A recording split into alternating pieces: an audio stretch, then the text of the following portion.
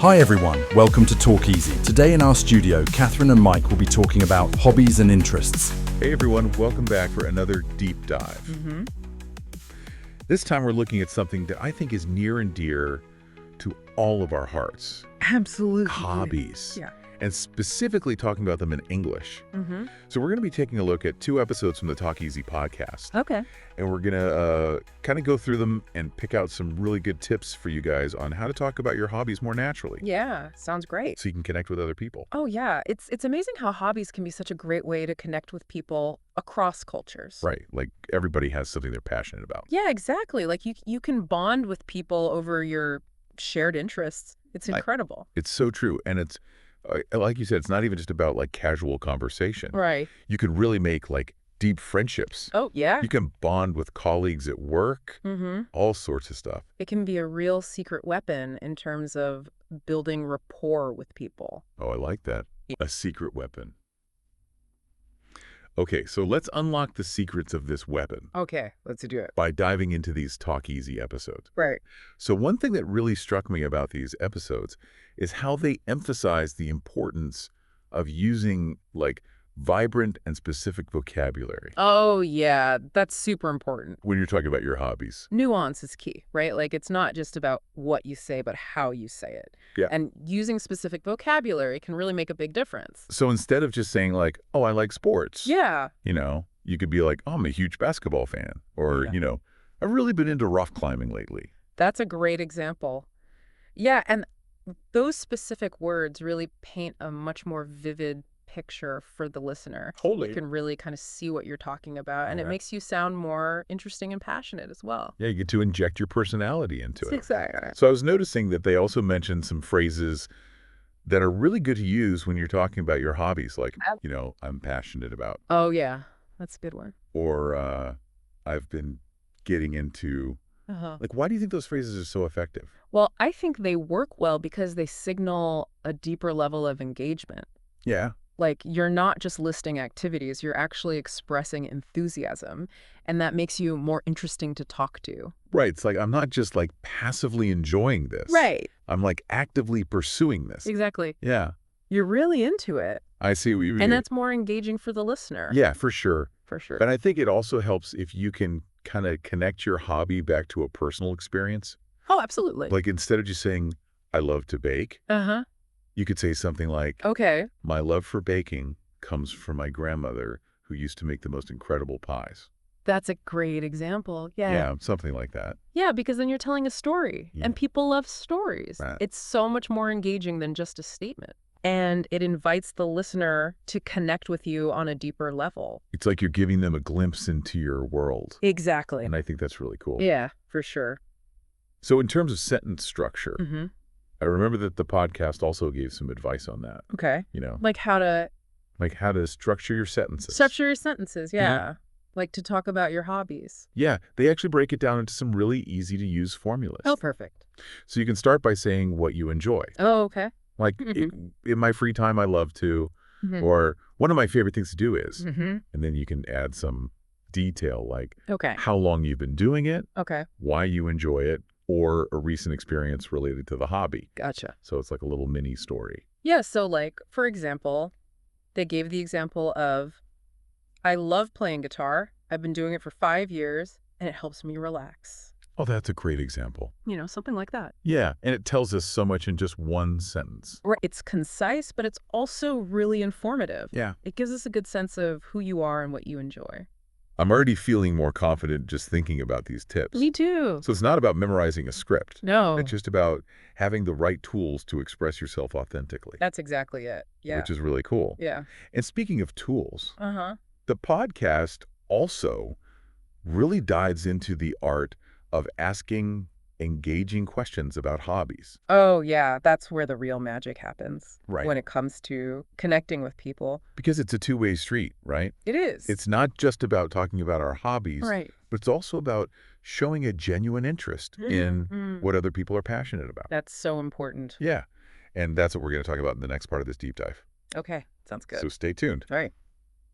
Okay, so we're back, and we're ready to talk about how to ask those engaging questions about hobbies. Yes. Let's dive into that. Because, like we were saying before, it's a two-way street. Absolutely. It's not just about us talking about our own interests. Right. It's also about showing genuine interest in what other people are into. Yeah, and the Talk Easy episodes actually offer some great starting points for asking those questions. Okay, perfect. So you can start with simple things, Yeah. like, what do you like to do in your free time? Yeah? Or do you have any hobbies you're really into these days? Oh, those are really good. Yeah, those are good openers because they Yeah. give people space to share without feeling put on the spot. Right, it's not too much pressure. Exactly. But then the podcast goes deeper, Right? right? Like, how do we keep that conversation flowing? Yeah, that's the key. Once someone starts talking about their hobby. Yeah, how do you really dig in and show that you're interested? Exactly. Well, they highlight the power of follow-up questions. Okay. And I think this is where a lot of people miss opportunities to connect. Yeah, I think so too. So instead of just saying like, oh, that's cool, Right. you could try asking things like, how did you get into that? Oh, that's good. Yeah. Or what do you find most rewarding about it?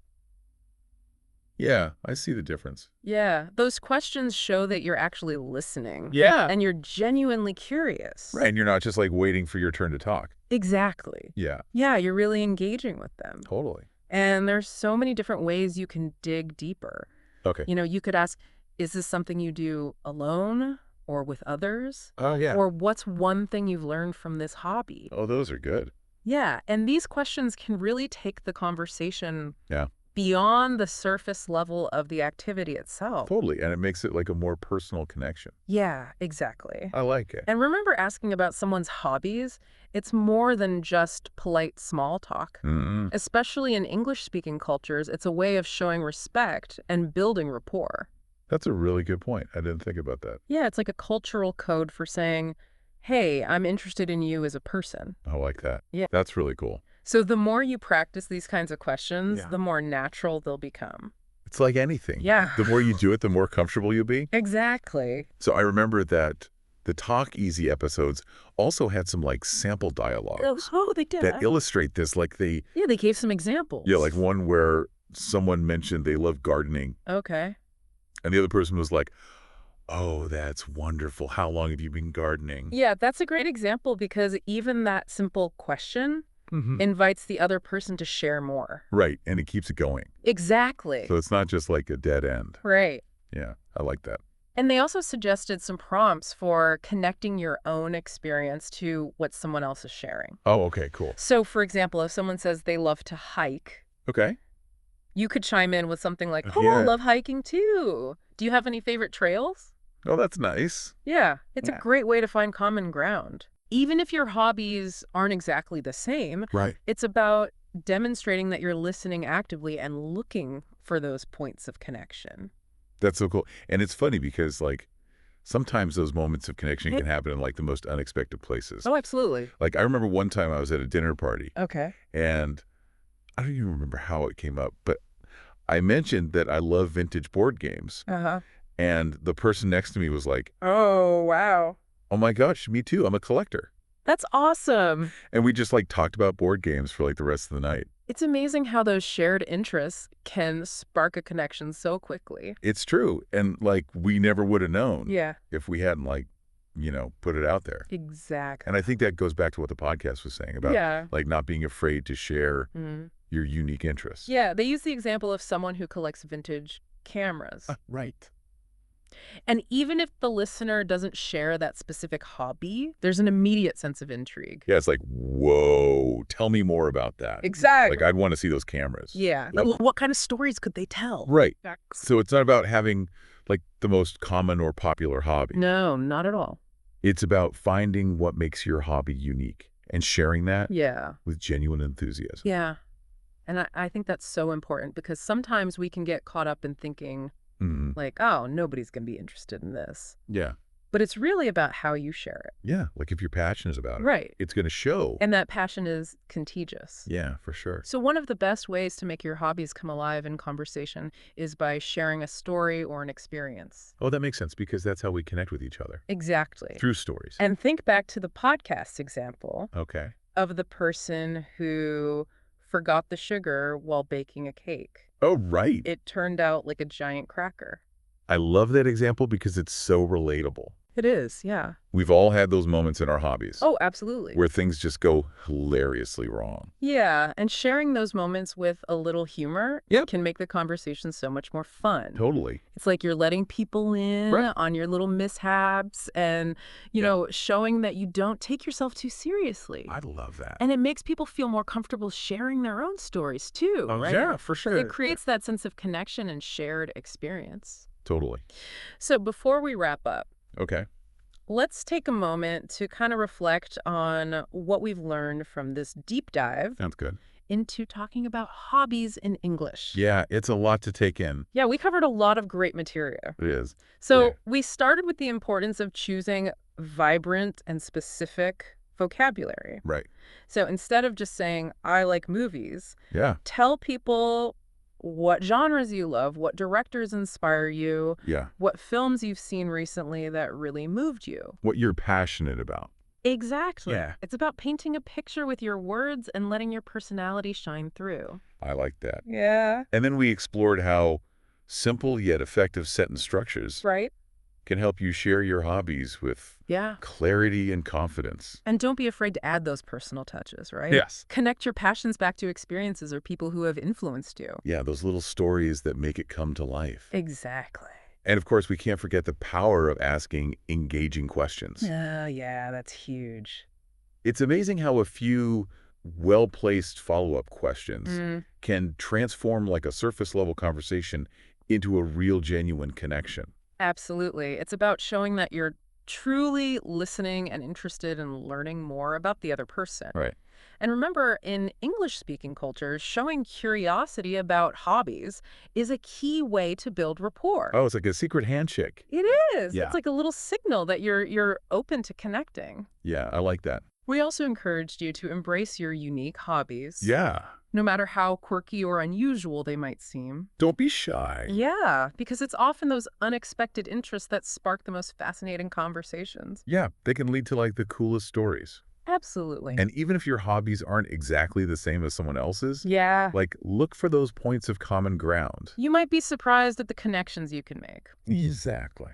So, as we bring this deep dive to a close, That's right. I want to leave you with a thought-provoking question. Ooh, I like those. Yeah.